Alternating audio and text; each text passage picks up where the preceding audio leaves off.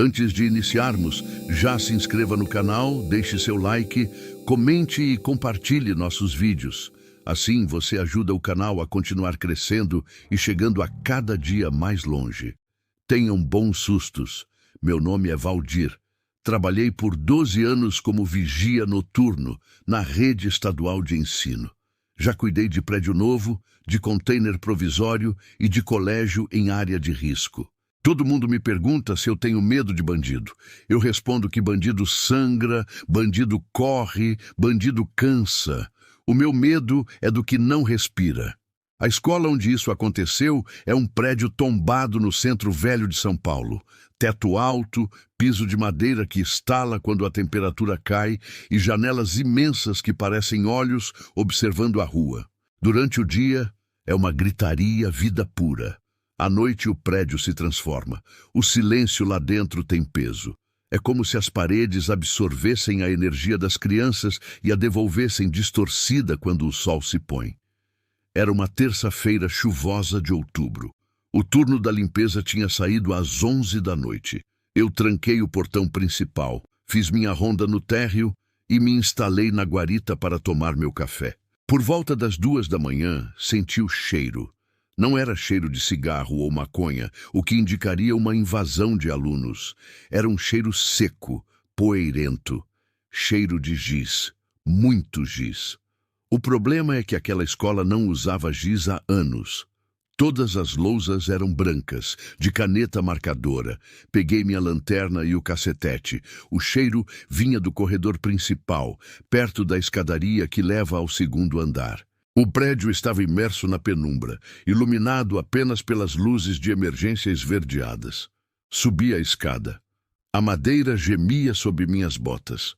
O cheiro de pó de giz ficou mais forte, misturado agora com um odor metálico, acre, que lembrava sangue velho.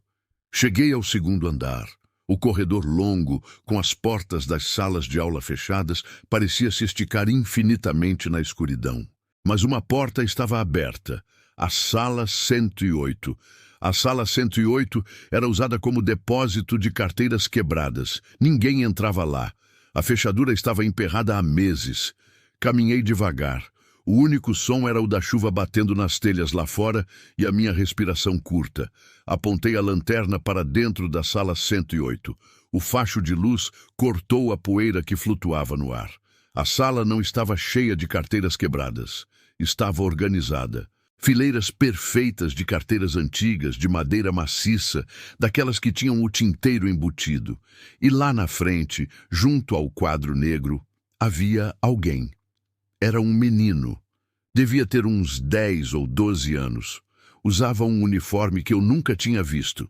Camisa branca de botão, bermuda azul marinho de alfaiataria e meias altas. Ele estava de costas para mim, escrevendo no quadro negro. O movimento do braço dele era frenético, violento. O som do atrito contra o quadro era agudo, de arrepiar os dentes. Ele escrevia, apagava com a mão e escrevia de novo. "Ei, garoto!" Chamei, tentando impor autoridade, embora minhas pernas tremessem. "A escola está fechada. Como você entrou aqui?" Ele não parou. O ritmo da escrita aumentou. O pó branco voava ao redor dele como uma nuvem. Entrei na sala. O ar ali dentro era gelado, um frio que atravessava o meu uniforme. Apontei a lanterna para o quadro. Não havia palavras escritas. Havia apenas riscos, linhas verticais, profundas, feitas com tanta força que eu podia ver o reboco da parede sob a tinta preta do quadro. "Garoto, vira pra cá, agora!" O menino parou. O braço dele caiu ao lado do corpo. Lentamente, ele começou a se virar. Eu vi a mão dele primeiro. Ele não estava segurando um giz. Os dedos da mão direita estavam em carne viva. As unhas tinham desaparecido, lixadas até a raiz. As pontas dos dedos eram tocos de osso e carne esfolada. Ele estava usando os próprios dedos para riscar o quadro, desgastando o osso contra a pedra preta. O pó branco que eu via não era giz, era pó de osso. E então eu vi o rosto. Onde deveria haver um rosto, havia apenas uma superfície lisa de pele pálida. Sem olhos, sem nariz, apenas uma boca. Mas a boca estava costurada. Linhas grossas de arame enferrujado fechavam os lábios dele, repuxando a pele, esticada num sorriso grotesco e doloroso. E ele começou a gritar. Não foi um grito com voz. Foi um som abafado, gutural, que tentava escapar por entre os arames da boca costurada. Um gemido de desespero puro, úmido e gorgolejante. Ele levantou a mão mutilada e apontou para mim. E depois apontou para uma carteira vazia na primeira fila. Ele queria que eu sentasse. Ele queria que eu assistisse à aula. A luz da minha lanterna falhou. Piscou e apagou. Fiquei na escuridão total com aquilo. Eu ouvi os passos dele. Pés descalços batendo no assoalho de madeira, vindo na minha direção. Plaf, plaf, plaf. Eu não pensei.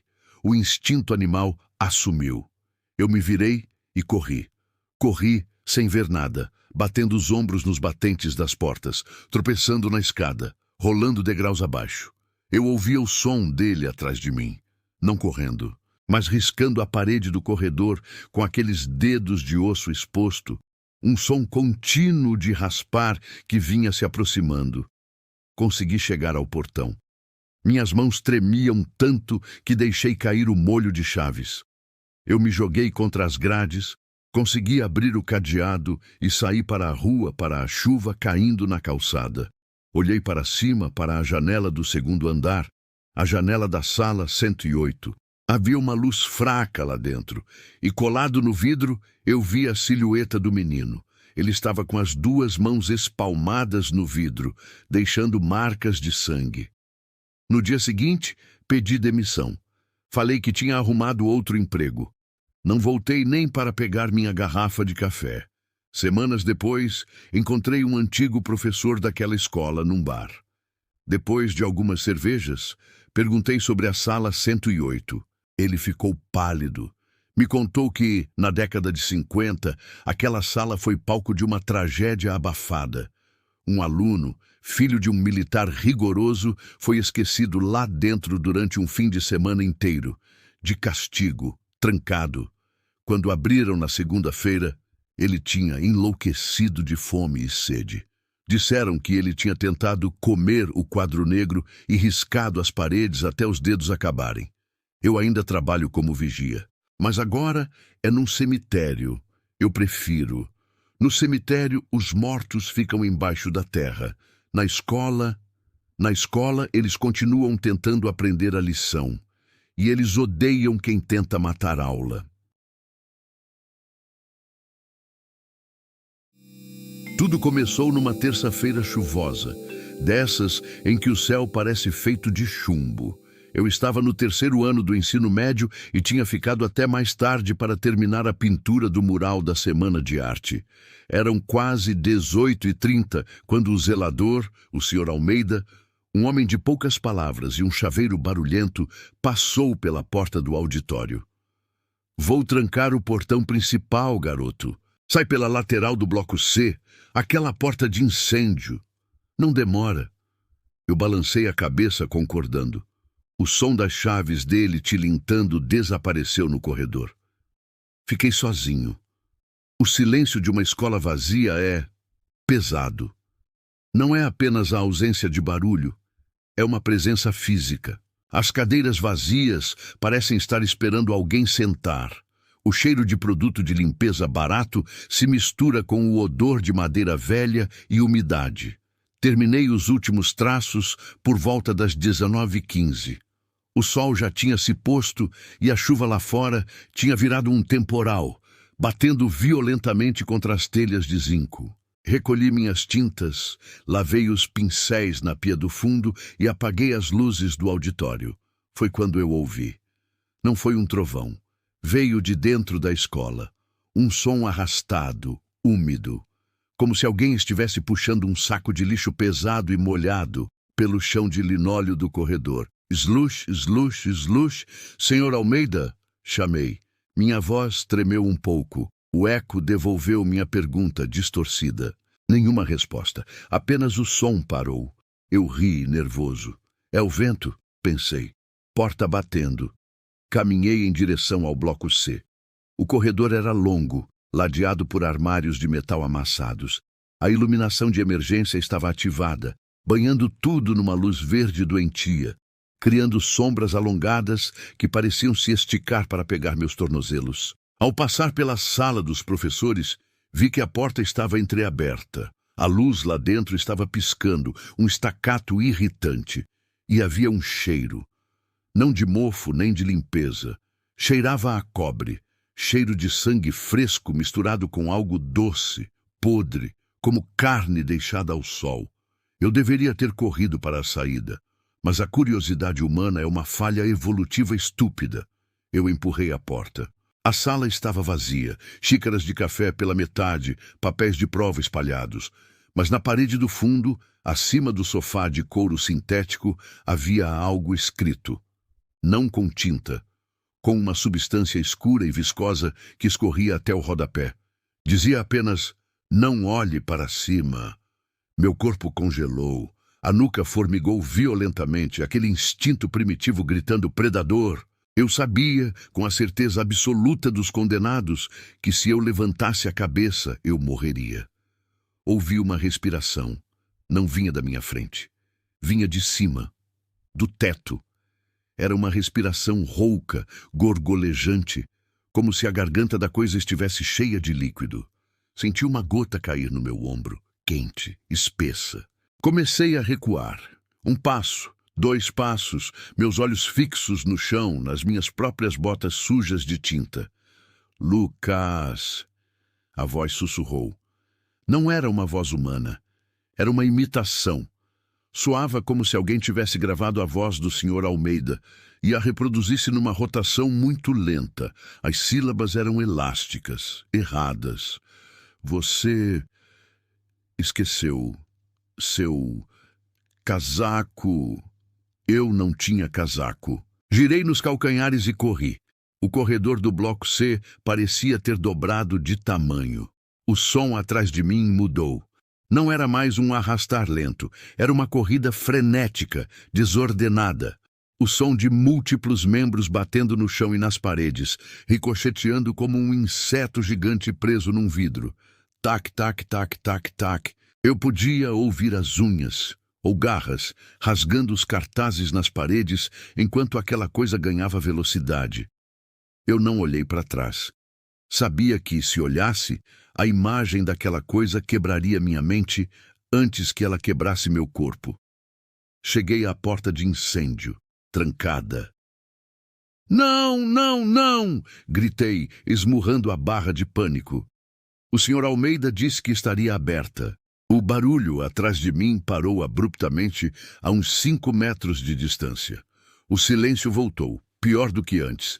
Apenas a minha respiração ofegante e o som da chuva. Lentamente, virei a cabeça.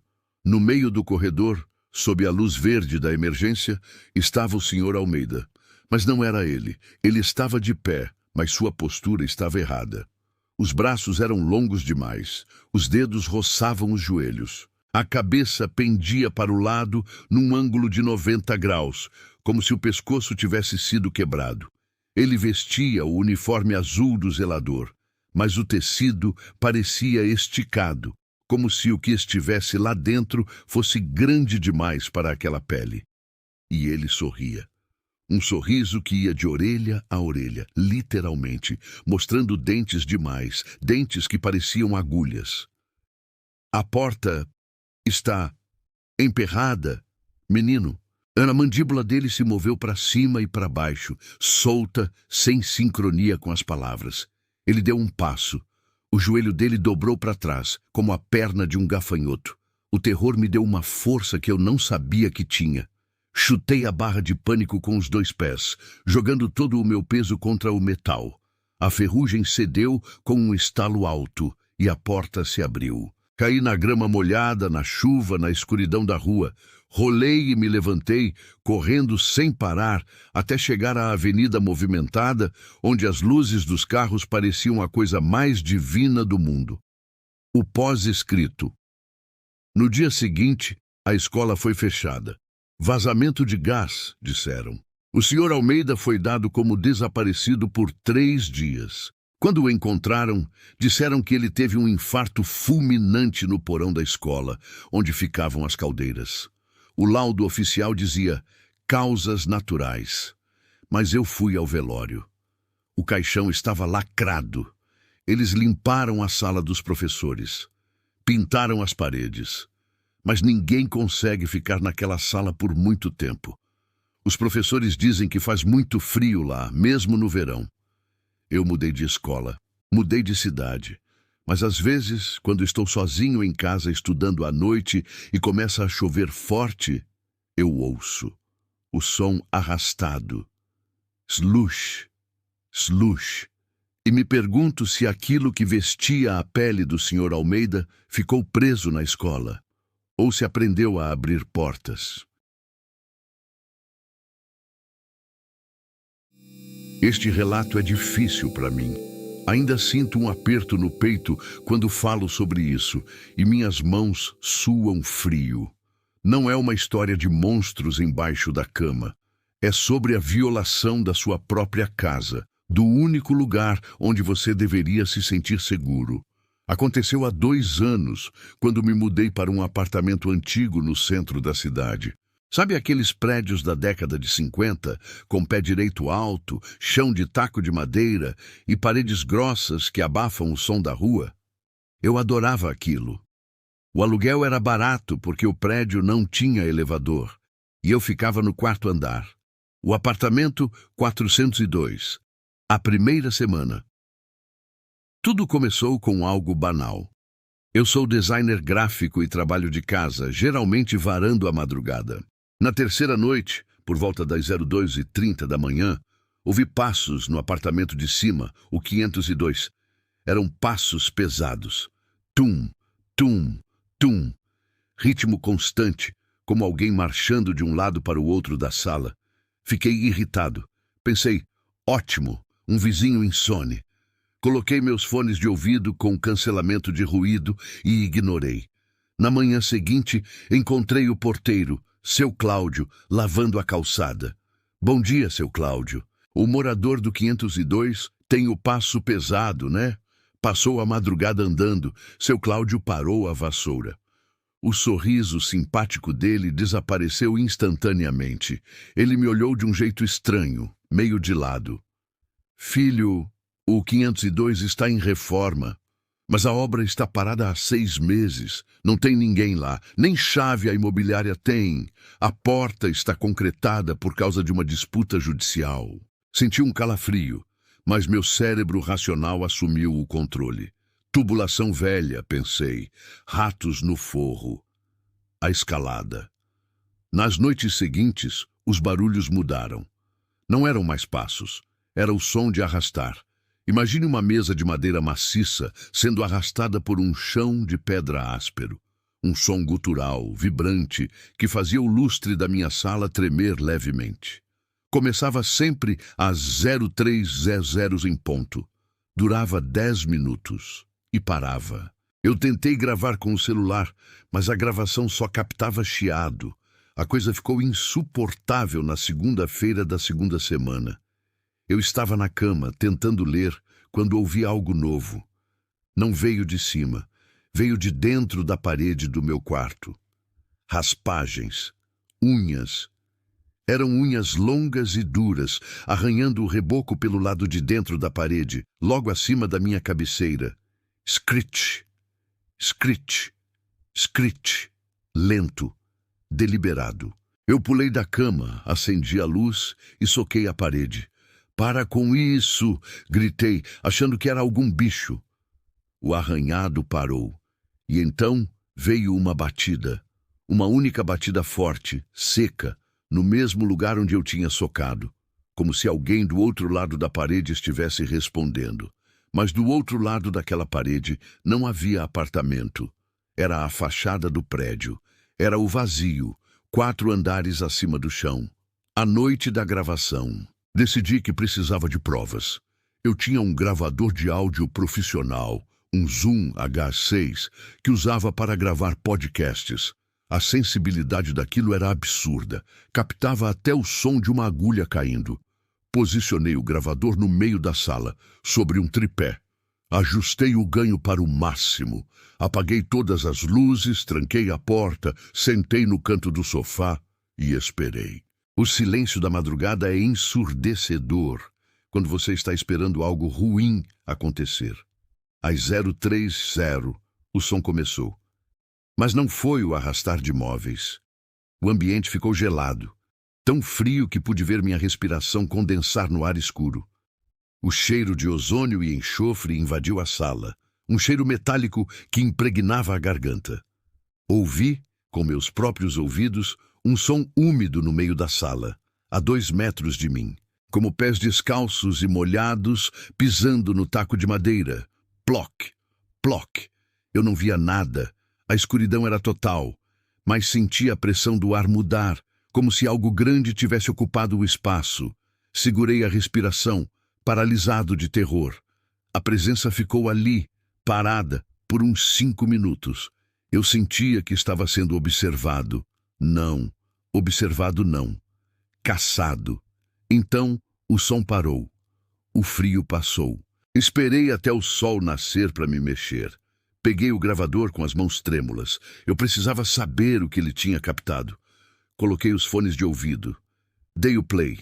Nos primeiros minutos, apenas o som da minha respiração nervosa e o ruído ambiente da rua. Então, a marca de 03001 no áudio. No fone, ouvi os passos molhados que eu tinha escutado ao vivo. Mas o microfone captou algo que meus ouvidos humanos não conseguiram processar na hora. Havia uma voz. Não era um sussurro. Estava colada na cápsula do microfone. O áudio estava estourado, distorcido pela proximidade, como se a boca da coisa estivesse tocando a espuma do gravador. Era uma voz rouca, feminina, mas quebrada, como se falasse com a garganta cheia de vidro. Ela dizia repetidamente, num ritmo de cantiga de ninar: "Ele não está olhando? Ele não está olhando? Ele não está vendo que eu estou atrás do sofá?" Meu sangue congelou. Eu estava sentado no sofá enquanto gravava. Continuei ouvindo paralisado. No áudio, a voz soltou uma risadinha estridente e continuou: "Vou tocar o cabelo dele. Agora." Nesse exato momento da gravação, ouvi o som do tecido do meu sofá roçando, bem ao lado da minha orelha direita. Eu me lembrei de ter sentido um leve arrepio naquela hora, achando que era o frio. A gravação terminou com um som que nunca vou esquecer. A voz se afastou do microfone e disse, num tom claro e autoritário: "Acorda." Eu arranquei os fones de ouvido e joguei o gravador longe. O fim saí daquele apartamento com a roupa do corpo. Deixei móveis, computador, roupas, tudo. Paguei a multa de quebra de contrato sem questionar. O corretor disse que eu era o 3º inquilino naquele ano a sair em menos de um mês, mas se recusou a me dizer o porquê. Mais tarde, investigando em arquivos de jornais locais, descobri que na década de 80, uma mulher que morava no 502 matou os 2 filhos e se escondeu no apartamento de baixo, o 402, que estava vazio na época, antes de se suicidar. Dizem que ela ficou dias escondida lá, no escuro, falando sozinha. Hoje moro numa casa térrea, nova, cheia de janelas. Durmo com a luz acesa e a TV ligada. Mas às vezes, quando o silêncio da noite fica muito profundo, eu tenho a sensação de que se eu colocar um gravador na sala, ela vai estar lá. Nunca gostei do silêncio de uma escola à noite. Durante o dia, é um caos de gritos, risadas, sinal batendo e borracha no chão. Mas quando a última luz se apaga e o portão principal se fecha, o prédio parece respirar. Ele estala, ele geme. Meu nome é Marcos. Sou professor de História em um colégio estadual antigo no centro de São Paulo. O prédio é da década de 40. Pé direito alto, janelas imensas de madeira e corredores tão longos que, se você ficar em uma ponta, o rosto de quem está na outra é apenas um borrão. Era uma terça-feira chuvosa de outubro. Eu tinha ficado até mais tarde para fechar as notas do bimestre. A sala dos professores estava vazia, apenas o zumbido intermitente da geladeira velha me fazia companhia. O relógio marcava 22h15. O vigia noturno, Sr. Hélio, costumava fazer a ronda externa nessa hora, então eu estava tecnicamente sozinho no bloco principal. Foi quando ouvi o primeiro som. Não era o vento. Conheço o som do vento nas frestas daquelas janelas velhas. É um assobio agudo.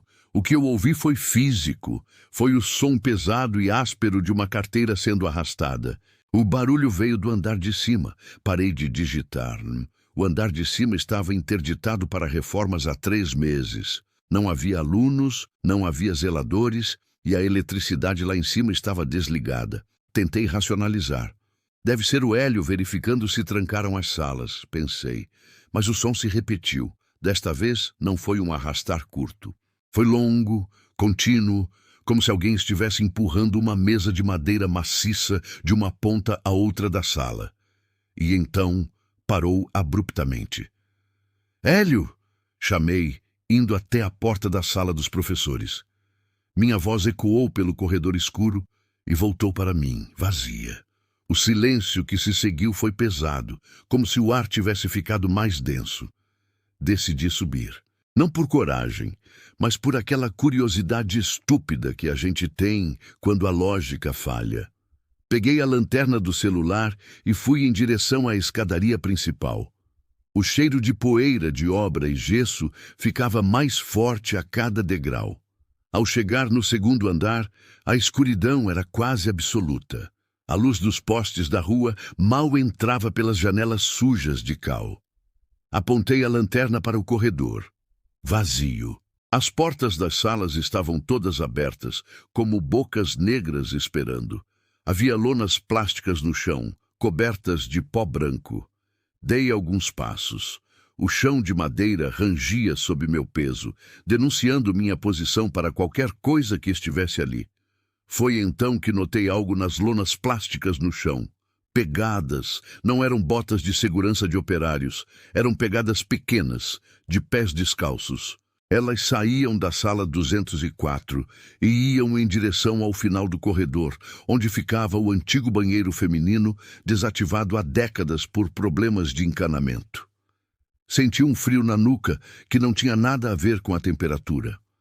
Meu instinto gritava, vire as costas e vá embora, mas eu seguia as marcas no pó. Cheguei à porta do banheiro. Estava entreaberta. O cheiro lá dentro era terrível, uma mistura de água parada, mofo e algo adocicado, como flores apodrecendo. Empurrei a porta com o pé. A luz do meu celular iluminou os azulejos quebrados e as pias arrancadas. E então eu ouvi, drip, drip, drip. Uma torneira pingando. Mas não havia torneiras. Elas tinham sido removidas na semana anterior. Aproximei-me da parede onde deveriam estar as pias. O som vinha de um dos boxes no fundo. A porta de madeira estava fechada. Tem alguém aí? Minha voz falhou, saiu trêmula. O pingo parou. Do lado de dentro do box, ouvi uma respiração. Não era uma respiração normal. Era úmida, gorgolejante, como se alguém estivesse tentando puxar ar com os pulmões cheios de líquido. Comecei a recuar, passo por passo, sem tirar os olhos daquela porta. De repente, uma batida violenta estourou de dentro do box. Bam! A porta de madeira estremeceu. Bam! Gritei e tropecei em um pedaço de entulho, caindo de costas na lona suja do corredor. A lanterna do celular girou, iluminando o teto, depois o chão, e finalmente parou apontada para a porta do banheiro. A porta do box se abriu lentamente. O que saiu de lá não era um aluno. Tinha a altura de uma criança de talvez 10 anos, vestindo o uniforme antigo da escola, aquele azul marinho que pararam de usar nos anos 90. Mas as proporções estavam erradas. Os braços eram longos demais, chegando quase aos joelhos. E o rosto, eu rezo todas as noites para esquecer aquele rosto.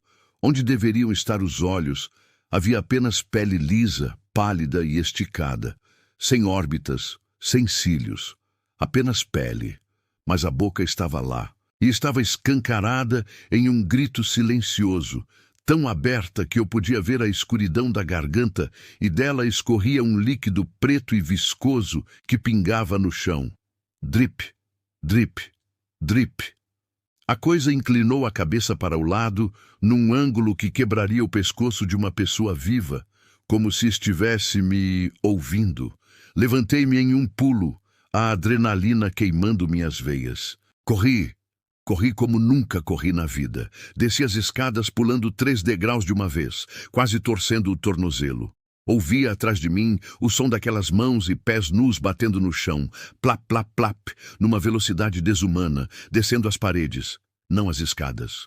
Invadi a sala dos professores, peguei minha mochila e saí para o pátio externo, trancando o portão do bloco principal com as mãos tremendo tanto que derrubei a chave 2 vezes. Encontrei o Sr. Hélio no portão da rua, fumando tranquilamente. Professor Marcos, tá pálido, homem. Viu a assombração? Ele riu. Eu não conseguia falar. Apenas apontei para o 2º andar. Ele olhou para cima, estreitou os olhos e a expressão dele mudou. O sorriso sumiu. A luz da 204 acendeu de novo. Como assim de novo? Consegui sussurrar. O senhor não sabia? Hélio tragou o cigarro, olhando para a janela escura lá em cima. Dizem que um menino se escondeu no banheiro durante uma brincadeira de esconde-esconde, anos atrás. Caiu dentro da cisterna velha que ficava no teto falso. Só acharam semanas depois, quando começou a vazar. Bem, o senhor sabe. Olhei para a janela do 2º andar uma última vez antes de entrar no meu carro. Lá em cima, na escuridão do vidro, uma mão pequena e pálida estava pressionada contra a janela. E logo acima dela, onde deveriam estar os olhos, a marca de uma testa encostada no vidro, observando eu ir embora. Pedi transferência na semana seguinte. Nunca mais pisei lá. Mas às vezes, quando estou corrigindo provas em casa tarde da noite e o silêncio se instala, eu ainda ouço. Nunca contei isso para muita gente. Na verdade, passei o último ano tentando me convencer de que foi cansaço, estresse do vestibular, qualquer coisa que a ciência explique. Mas no fundo, quando estou sozinho no quarto e ouço um barulho lá fora, a certeza volta. Aquele frio na barriga que não é medo, é instinto. O instinto de presa. Aconteceu no meu último ano, no Colégio São Marcos. É uma daquelas escolas antigas, prédio da década de 50, pé direito alto, azulejos verdes nos corredores e janelas imensas que rangem com o vento. Durante o dia, com a gritaria de 500 alunos, é um lugar normal. Mas à noite, a escola respira diferente. Era uma terça-feira chuvosa de junho. Eu tinha ficado até mais tarde para terminar a maquete do grupo de geografia. O pessoal foi embora às 18h, mas eu, perfeccionista idiota, decidi ficar só mais meia horinha para colar as árvores de isopor. Quando me dei conta, eram 19h15. O silêncio era pesado. Não era apenas a ausência de som. Parecia que o ar estava mais denso. O único ruído era a chuva batendo no telhado de zinco e o zumbido elétrico daquelas lâmpadas fluorescentes velhas que piscavam no corredor. Juntei minhas coisas na sala do 3º ano B, que fica no final do corredor do bloco C. Esse bloco é o mais isolado, perto da quadra coberta. Apaguei a luz da sala e saí, trancando a porta. Foi quando ouvi screek. O som de um tênis de borracha arrastando no piso encerado. Veio do outro lado do corredor, perto da escadaria. Paulo! Chamei, achando que fosse o zelador. Ninguém respondeu. Apenas o som da chuva lá fora aumentou. Dei de ombros e comecei a caminhar em direção à saída. O corredor do bloco C é longo, com salas dos 2 lados. As portas têm aquelas janelinhas retangulares de vidro fosco. Enquanto eu andava, tive a sensação nítida de estar sendo observado. Sabe quando os pelos da nuca se arrepiam? Eu sentia um olhar queimando nas minhas costas. Parei. Olhei para trás. O corredor estava vazio, mergulhado na penumbra. Voltei a andar, agora mais rápido. Lucas, gelei. Parei estático no meio do corredor. A voz era baixa, quase um sussurro, mas nítida. E o pior, era a voz do Gustavo, meu melhor amigo. O problema? O Gustavo tinha ido embora às 17h30. Eu vi ele entrando no carro da mãe dele. Gu! Minha voz saiu trêmula. Você voltou? O som veio de dentro da sala dos professores, que ficava a uns 10 metros à minha frente. A porta estava entreaberta, apenas uma fresta escura. Vem aqui, mano. Esqueci a chave. A voz respondeu. Era o Gustavo. O tom, a gíria, o jeito arrastado de falar.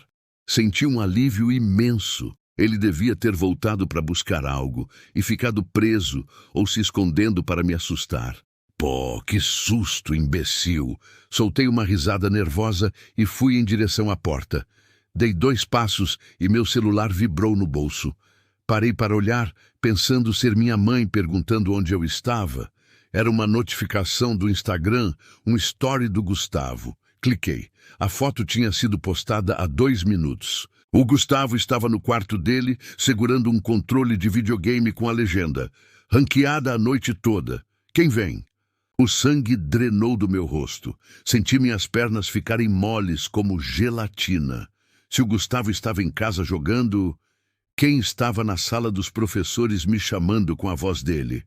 Olhei para a fresta da porta. A escuridão lá dentro parecia sólida. Lucas, por que você parou? A voz perguntou. Mas dessa vez notei algo que o alívio não tinha me deixado perceber antes. A voz não tinha respiração. Não havia pausas. Era lisa demais. Era uma imitação perfeita, mas sem alma. Como uma gravação de alta qualidade sendo reproduzida por algo que não entende o que as palavras significam. Comecei a recuar, passo a passo, tentando não fazer barulho. A porta da sala dos professores rangeu e começou a abrir devagar. Não esperei para ver. O terror tomou conta e eu corri. Corri como nunca tinha corrido na vida. O barulho atrás de mim não foi de passos humanos. Não foi tup-tup-tup. Foi um som frenético, como unhas duras batendo no azulejo, rápido demais, descoordenado demais. Clac, clac, clac, clac. Eu não olhei para trás. Atravessei o pátio descoberto, sentindo a chuva gelada bater no meu rosto, misturando com o suor frio. Minha mochila batia nas costas, pesada, mas eu não cheguei no portão principal quase vomitando de falta de ar. Ei, garoto, o que foi? Era o seu Hélio, o porteiro da noite, segurando uma lanterna. Ele estava na guarita, tomando café. Me joguei contra a grade, agarrando o braço dele. Seu Hélio, tem alguém no bloco C? Eu mal conseguia falar. Ele franziu a testa, iluminando o pátio com a lanterna. Não sentia nada além da adrenalina. O feixe de luz cortou a chuva e iluminou a entrada do corredor de onde eu tinha vindo. Tudo estava vazio, silencioso. Não tem ninguém, Lucas. Eu tranquei as laterais faz 1 hora. O alarme nem tocou. Olhei para o corredor escuro. Lá no fundo, onde a luz da lanterna começava a falhar, eu juro que vi algo. Não era uma pessoa. Era uma silhueta parada bem na divisa da sombra. Parecia estar usando o uniforme da escola, mas os braços eram longos demais, iam até os joelhos. A coisa recuou para a escuridão num movimento fluido e inumano. Me deixa sair, seu Hélio. Por favor. Ele abriu o portão, preocupado, perguntando se eu queria que ele chamasse a polícia ou meus pais. Eu só disse não, peguei um Uber e fui para casa tremendo o caminho todo. No dia seguinte, faltei. Quando voltei, evitei o bloco C por semanas. Perguntei para o Gustavo, tentando não parecer louco, se ele tinha ido na escola naquela noite. Ele riu e disse que nem saiu do quarto. Mas o pior não foi o susto. O pior aconteceu 2 dias depois. Estávamos na aula de história e o professor pediu para eu buscar um mapa na sala dos professores. A mesma sala. Eu gelei, mas não podia recusar na frente de todo mundo. Era de dia, estava a sol. Criei coragem e fui. A sala estava vazia, cheirando a café velho. Peguei o mapa rápido, querendo sair dali. Quando me virei para a porta, vi algo riscado na madeira, na parte interna, bem embaixo, perto do rodapé. Eram marcas fundas, como se tivessem sido feitas com uma chave, ou com unhas muito fortes. Mas o que me fez nunca mais ficar sozinho naquela escola foi o que estava escrito no quadro de avisos de cortiça, no canto da sala. Entre os avisos de reuniões e horários, havia um papelzinho de rascunho, preso com um alfinete vermelho. A letra era tremida, infantil, mas eu reconhecia a caligrafia. Era a minha caligrafia. Estava escrito quase. Eu nunca escrevi aquilo.